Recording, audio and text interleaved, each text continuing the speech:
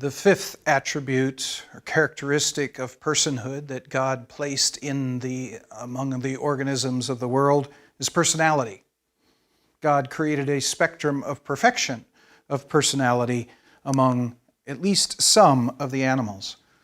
Evidence of this personality comes in the ability of some animals have to express emotion. For example, octopi, when they get scared, turn bright red. Or when they get mad, they turn bright red, which seems to be an expression of anger or fear. If you raise honeybees, you will notice that even in that case where we're talking about insects, a particular hive of honeybees will have a particular unique personality. One particular hive will be very docile. Another hive would be very dangerous, actually, to be near. They will sting you without any provocation at all. Another hive, you can open it up, stick your hand in there, take the queen out, walk away, and the bees won't sting you. It's really quite amazing. Some seem to be mean, others seem to not be mean at all, and they can be hives right next to each other in an apiary. So even insects seem to have different temperaments.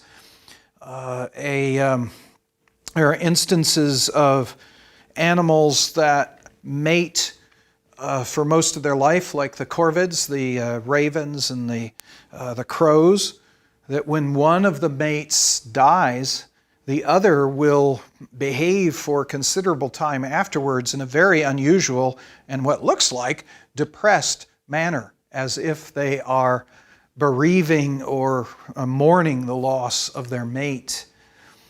It's interesting that when humans are developing drugs, in medical field, when you're developing drugs for anxiety or depression or other human psychological ailments, you're of course not supposed to do such experiments first of all on humans. You've got to start on animals. Well, if animals don't have anxiety, if no animals had anxiety, you wouldn't be able to test the drugs out for anxiety. And so the fact that we can actually test these kinds of things, test these drugs out on mice, rats, and that sort of thing, indicates that they are capable of the same kinds of emotions as humans are. We have examples. One of my favorite examples is the elephant Sadie. She was a relatively young elephant. She was being trained by her trainers to, I believe it was to move logs in a logging operation in a particular manner. But she wasn't getting it. The trainers would try over and over again to get her to do the same behavior, but she wasn't comprehending or she wasn't remembering. Whatever the situation, she wasn't being successful. After several attempts, Sadie finally just collapsed where she was at. She just dropped down on her knees, her elbows and her knees, and fell over, all the while crying with these big, huge, literally, elephant tears, incapable. And she's sobbing. She's just vibrating the same way a person would vibrate when they're sobbing. She was unable to please her trainers, and so she was upset. She was actually, everything indicated to anyone watching that she was actually very upset, sad, or traumatized that she wasn't able to do what she was supposed to do. In 1996, a young boy fell into a gorilla enclosure and hurt himself as he fell into the pit. The gorilla inside, Binti, crawled over to the boy, picked the boy up, cradled the boy, then took the boy over to the door that the zookeeper would usually come into the cage at, and carefully laid the boy in front of the door and then moved away from the door so that the zookeeper could come in and get the boy, clearly indicating that it's hard to interpret it any other way than the gorilla had compassion upon the boy, tried to comfort the boy, not being successful, actually knew to put the boy into human care so as to meet the needs of the boy. And I'm sure any of you that have had pets or have pets, it's hard to convince somebody who has had pets that pets don't have personality. It sure does seem like they from time to time get angry, they from time to time get sad. If you go away and leave them, even if you leave them in good care, they'll get upset, they'll get sad. You come back and realize you've been gone for a week, and the people you've had take care of your pet say, your pet hasn't eaten a thing. They won't eat. They refuse to eat. And they don't eat until you get back home. They seem to be so sad, at least that's what it seems to be so sad at your absence that they won't even feed themselves. Or in some cases, they get so angry at you having left that they will attack you for days afterwards.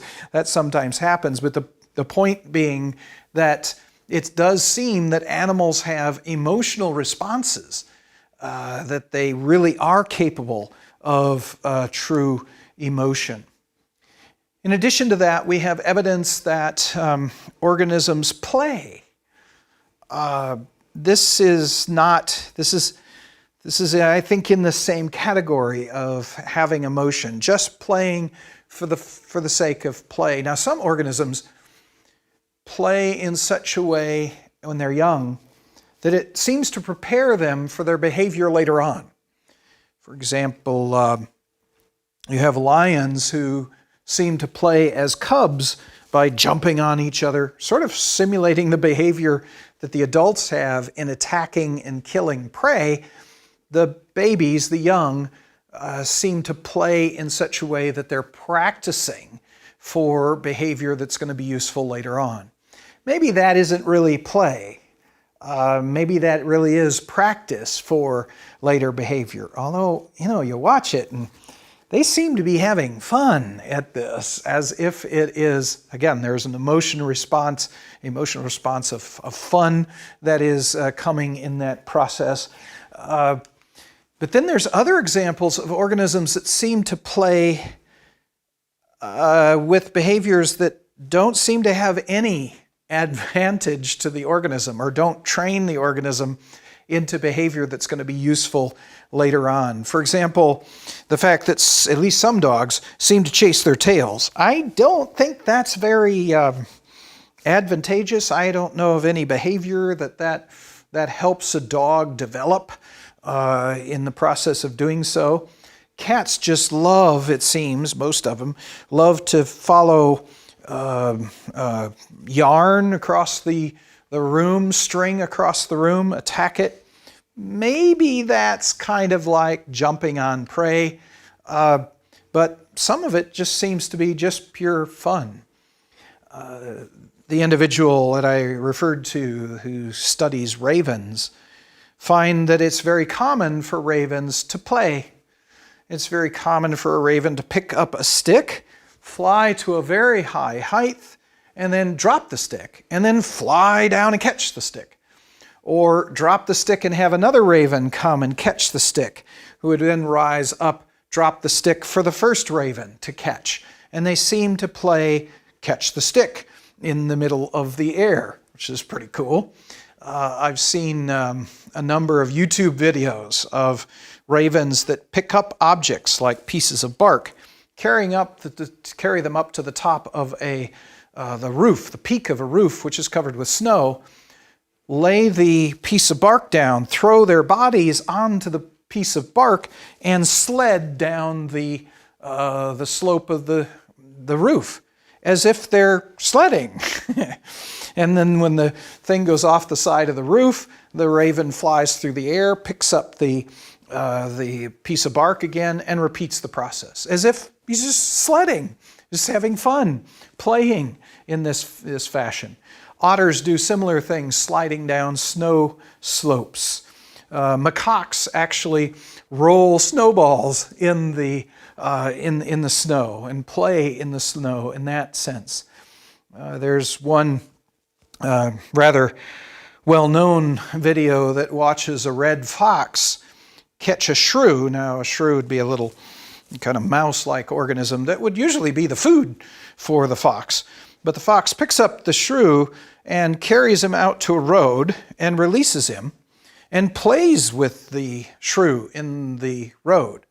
Probably the shrew doesn't think this is a very fun game, but the fox seems to enjoy himself playing with the shrew for a while. At the end of that process, the fox picks up the shrew again, carries him back to the place where he found him, and releases him and goes about his way. He doesn't eat the shrew, he actually just plays with the shrew. I'd had an experience of my own that was interesting. Rafting in the Grand Canyon. It's very common to stop for the night on beaches in the Grand Canyon, which usually be places where rivers are coming in from the side into the canyon and dumping sand in that area of the beach. The same rivers, side creeks, would bring in boulders into the main river and fill up the river. So very commonly, if you're floating down the river on rafts, it would be, most of the river is smooth and slow moving. And then when you get to one of these side canyons with all these boulders out here, the water would go through those boulders in a cascade. And of course, people that are rafting the canyon, they often are interested in those cascades. So there was once when we camped on one of those beaches, and we're right there at one of those cascades. We had put up our tents, and I'm watching the birds out there. There are these wading birds with the long legs that are just floating around in the water. They would be floating around up above the cascades, and then the birds would float all the way through the cascading water, through the rapids. And then as soon as they got down into the water below the rapid, they would fly up and land above the rapids and then just sit there and float in the water, kind of gradually rotating as they floated down, not moving, and then cascade through the rapids again. Now I thought maybe they were picking up insects in the rapids, but carefully watching each one as they went through the rapids, they never ducked into the water to grab anything or grab anything from the air. They seemed to just sit there still, floating through the smooth, slow water, and then cascading through the rapids, then starting over again. And watching dozens of these birds for a couple of hours, I convinced myself that they weren't feeding, they weren't eating, they were simply running the rapids. They were doing the same thing we were doing. We were getting in rafts and going down the rapids and enjoying the rapids. They were floating down the rapids over and over again, apparently just for play. Organisms seem to play in this manner. Then there's some organisms which have perhaps a more sophisticated form of play. What I call practical jokes, where one animal is playing a practical joke on another animal. My best examples here come from the raccoons that we raised at various times as I was growing up. I had one raccoon who seemed to like to spray water on people. By the way, each individual raccoon seemed to have its own practical joke that no other raccoon would do. One of our raccoons seemed to like to spray water on people. We had this, it was what we called a water fountain in the backyard. We had a well with a pump. It pumped water up into a pipe. The pipe came up, curled a U-turn, U-turned again, and Dad had put a on-off valve there so you could turn the water on and it would bubble out and you could take a drink. You could turn it off and of course no water would come out. Now we would often turn on that water and our coons would just love to play in the water. They loved it. They enjoy water.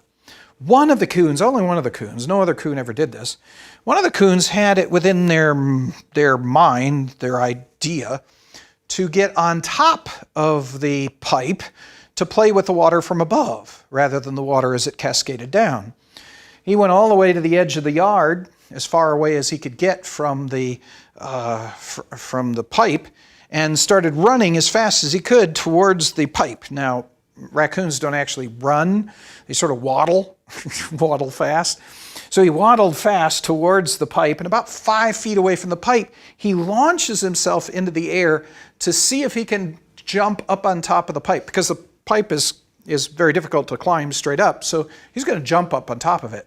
Well, the first time, he hit the pipe on the side short of the top and just kind of slid down the pipe. And he backs up and he hisses at it, all upset that it had hit him or something. And then he ran all the way back to the edge of the yard again and ran again, waddled as fast as he could. This time, he put more oomph into it, and he actually touched the top, but he went right on over, flew right on over the pipe, lands on the ground down below, kind of head over heels, turns around, hisses at the pipe as if the pipe had done something wrong, and then he runs back to the edge of the yard and tries it again. This time he did it just perfectly, just the right distance. He lands on top of this pipe, couldn't have been very comfortable, and hangs over the pipe the way raccoons typically hang over branches, 2 legs on one side, 2 legs on the other, and so he can just dangle there. His feet then are free, and he could reach this water as it was bubbling up. And he was playing with the water with one hand and looking in another direction, of course, when all of a sudden he stuck his finger in and squirted himself.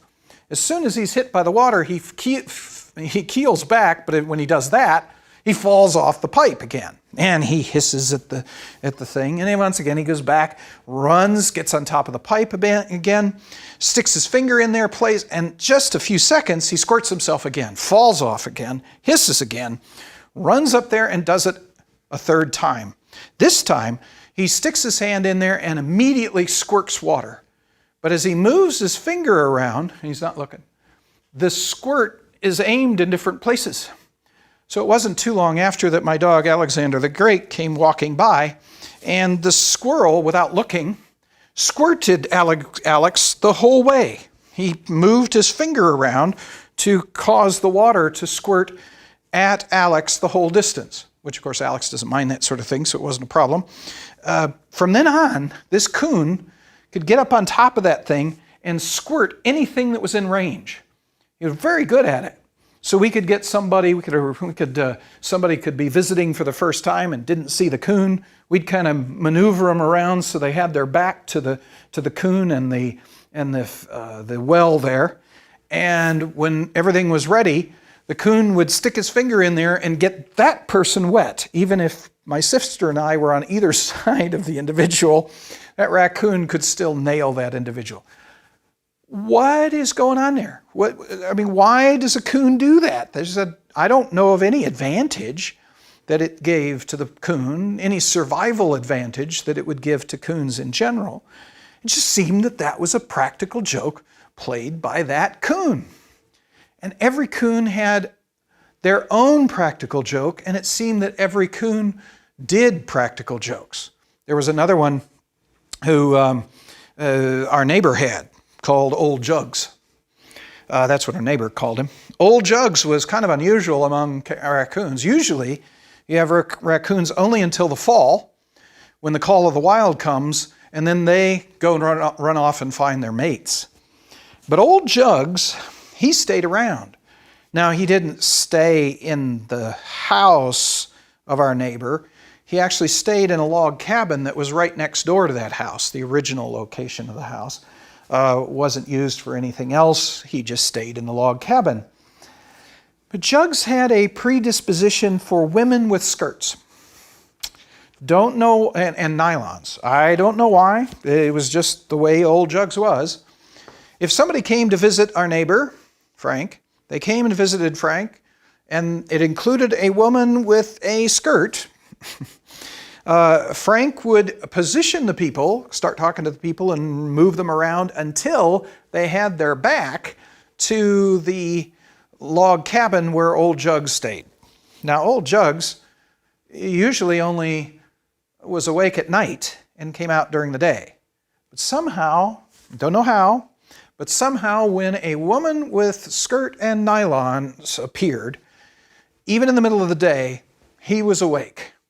And you would see him, and just as soon as this arrangement was in place, as soon as she's in place, you would see old Jugs look around the edge of the log cabin to make sure, and as soon as he saw that woman with a skirt and nylons, his eyes would get big and he would take off. I mean, he would shoot straight towards her as fast as he could go. And now, he was a male coon, big one. He's about 60 pounds or so.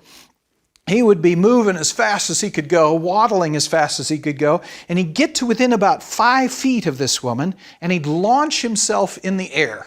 And he would throw himself at the back thighs of the woman, grabbing the woman around the front of the legs, and then just slide down her skirt and nylons, tearing the nylons all the way down to the feet. Meanwhile, the poor woman has been standing there unawares and gets hit from behind by a 60-pound coon, hitting her in mid-body region, which of course is going to propel her forward and ultimately to the ground. She's going to be knocked over. But along the way, while she is falling and the coon is sliding down her legs, she is screaming. Of course, I think that's why old Jugs did it. I'm not entirely sure. But she would be in the end of this thing, she would be on the ground, on her face, and the coon will have been at her feet, and the scream was effectively over, and old Jugs was done. As soon as that was over, he would simply turn around and walk back, very slowly, walk back to his log cabin and disappear and not be seen again. He just came out again. He came out just when women with skirts and nylons came along. Again, what in the world? Seems to be just a practical joke of an animal. My favorite example was one particular raccoon we had. I came out on the porch one day, the deck one day, and I'm looking down at the front of our house, and there is our coon at that time, I don't remember the name of that particular one, who's sitting there with a bowl and eggs. One of the things that true of raccoons is they love eggs. So once you introduce them to eggs for the first time, they know where it came from, they love eggs, and they will. So what you do is you sit a little bowl there, and they'll sit down on their haunches, and you grab a hold of their hands, and you pick up with their hands an egg, and then you break the egg on the edge of the bowl, spilling the contents of the egg into the bowl, stick their fingers into the egg, and then let go. That's all you have to do. At that point, the coon, who is obsessive compulsive being clean, just can't stand this gooey, icky stuff on his hands, so he begins licking his hands to clean them. But along the way, he licks up this egg, which it turns out tastes really good. Every single coon seems to love egg. So the eyes will light up, and then the coon will begin eating the egg. When the coon finishes that egg, the coon will reach over for another unbroken egg, pick it up in exactly the same way that you did with his hands a bit before, break it on the edge of the bowl, and eat the egg. And we'll sit there for hours. If you give him a pile of eggs, the coon will just sit there all day long and sit there on his haunches eating eggs. Favorite thing for a coon to do. I'm looking off the edge of the deck, and there's the coon with a bowl and eating eggs. The usual kind of thing you might see a coon do. And my attention is then diverted to another movement. At this particular time in our yard, Dad had not yet planted the grass of our yard, and so he was processing, he was creating the appropriate lawn shape, doing the landscaping necessary for our lawn. And up there in Illinois, black soil, so the lawn is pure black, no green grass, just pure black dirt. We had this little white cat, short-haired, white, tiny little white cat. And I see that the cat is bounding across the black dirt. Really obvious white cat on black dirt. and he's going doing, doing, doing, doing. And I look back at the coon, and the coon has seen the cat as well. And the coon apparently takes an interest in the cat.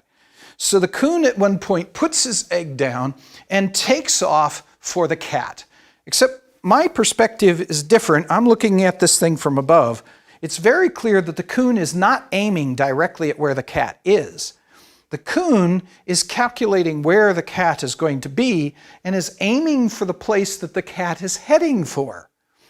And the coon is a little bit faster. The coon actually gets there before the cat does. And this really smart, intelligent cat just keeps bounding right along and runs right into the coon. The coon reaches out, coon significantly bigger than the cat, reaches out with his hand and squishes the cat down on the ground. You hear this really weird kind of cry from the cat, and you see 4 white feet go out in all directions under the hand of the coon. Then the coon moves over, scoops up the cat underneath his arm. The cat is making the most horrible sounds. Sounds like something is dying. I've never heard cats make such a noise as that, but the cat is squirming very hard to get out from underneath the coon's hold, but the coon has the cat. And on 3 legs, the coon turns around and carries the cat back to the bowl of egg. Releases the cat scrambles to stand up again, and the coon smashes the cat back down. You got now 4 legs again, facing out in all directions.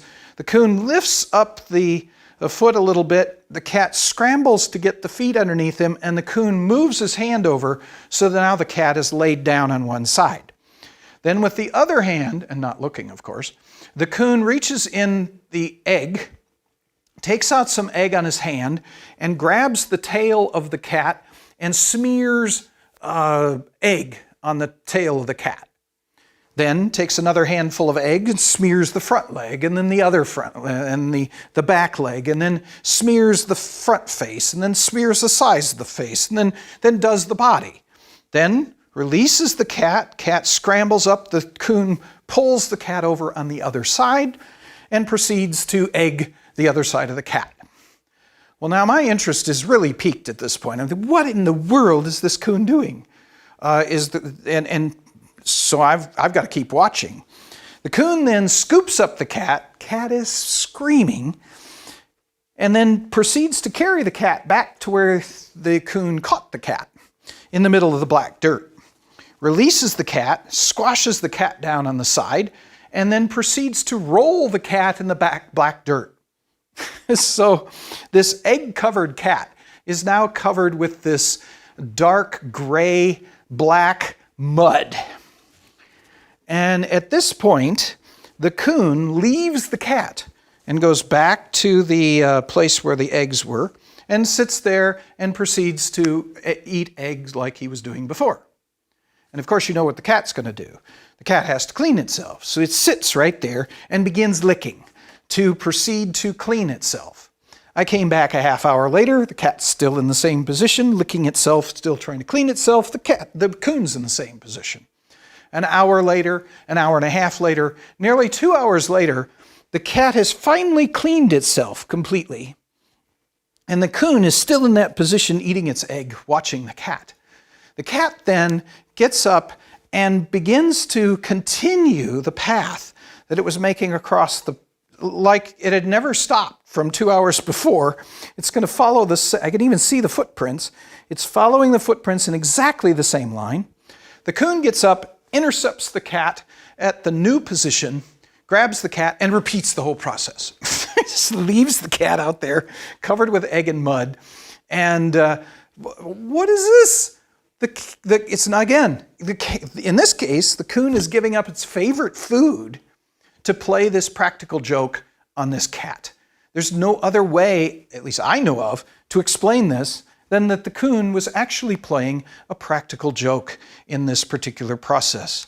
So we have evidence of personality in the form of practical jokes. We also have evidence of aesthetics in organisms. We have organisms that seem to prefer beauty or color. Bowerbirds, for example, build their nests or bowers with color blue preferentially, as if they like the color blue. Crows, ravens love shiny things. They love to collect shiny things and put them in their nests.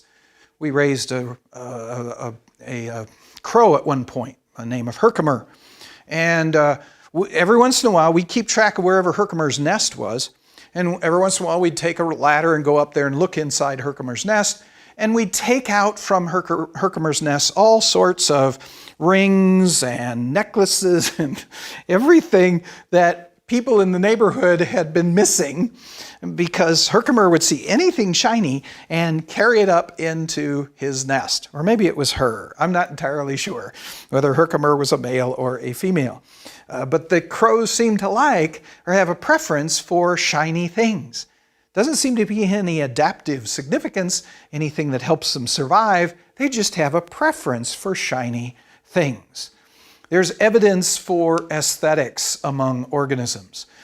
And so all this together indicates that organisms, in fact, seem to have personality. There's also evidence that animals have self-awareness, recognition of self. How do you recognize that? How do you determine that? Well, the best way scientists have determined to indicate that an animal has self-awareness is to put a mirror into the enclosure with the organism, with the animal, or out in the wild with the animal. If the animal encounters the mirror and basically behaves like there's a second animal in that mirror, another animal that's similar to them in the mirror, then the animal hasn't understood self-awareness. But if the researchers, for example, put a dot on the top of the head of the animal that the animal can't see except in the mirror, if the animal comes to the mirror, looks in the mirror, and reaches up to touch the dot on their head that they see in the mirror, they clearly understand that the mirror is not containing another animal, but is actually themselves. This is the best evidence we know of for an animal being self-aware. And it turns out that cotton-top tamarins, orangutans, and chimps, in fact, respond in such a way as to be self-aware. They recognize the dots on the top of their heads. But most other organisms, in fact, all other organisms, no other organism seems to be self-aware. Elephants don't have any evidence of being self-aware, even though they're smart in a variety of other ways. Rhesus monkeys, marmosets, don't seem to respond. Capuchin monkeys don't seem to respond. In fact, of 50 gorillas that were tested in this manner, only one gorilla, the gorilla by the name of Coco, who happens to be smart enough to learn language, sign language, is the only gorilla known to exhibit self-awareness. So here we have evidence in at least some organisms for self-awareness. In addition, God has created organisms in relationships, in not just interactions over long periods of time, but actually creating life mates, for example. Canada geese produce or enter into mate relationships for life. And whenever a long-term mate has died, the other mate will typically die within a few months, as if they're dying of sadness from the loss of their mate. We have also examples in organisms that are raised together in a home.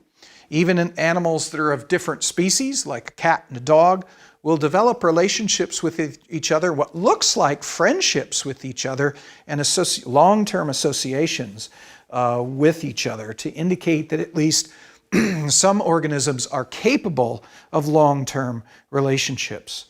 So through all these things, we see that God has actually placed evidence of uniqueness, activity, intelligence, will, personality, self-awareness, relationships with other beings in animals. They're not found to a full degree in all organisms, so no organism, maybe aside from human beings, is actually a full person, but degrees of the attributes of personhood are found in organisms across the planet. God has placed spectra of perfection of each of the attributes or each of the qualities of personhood to point to the God who has perfect and infinite personhood.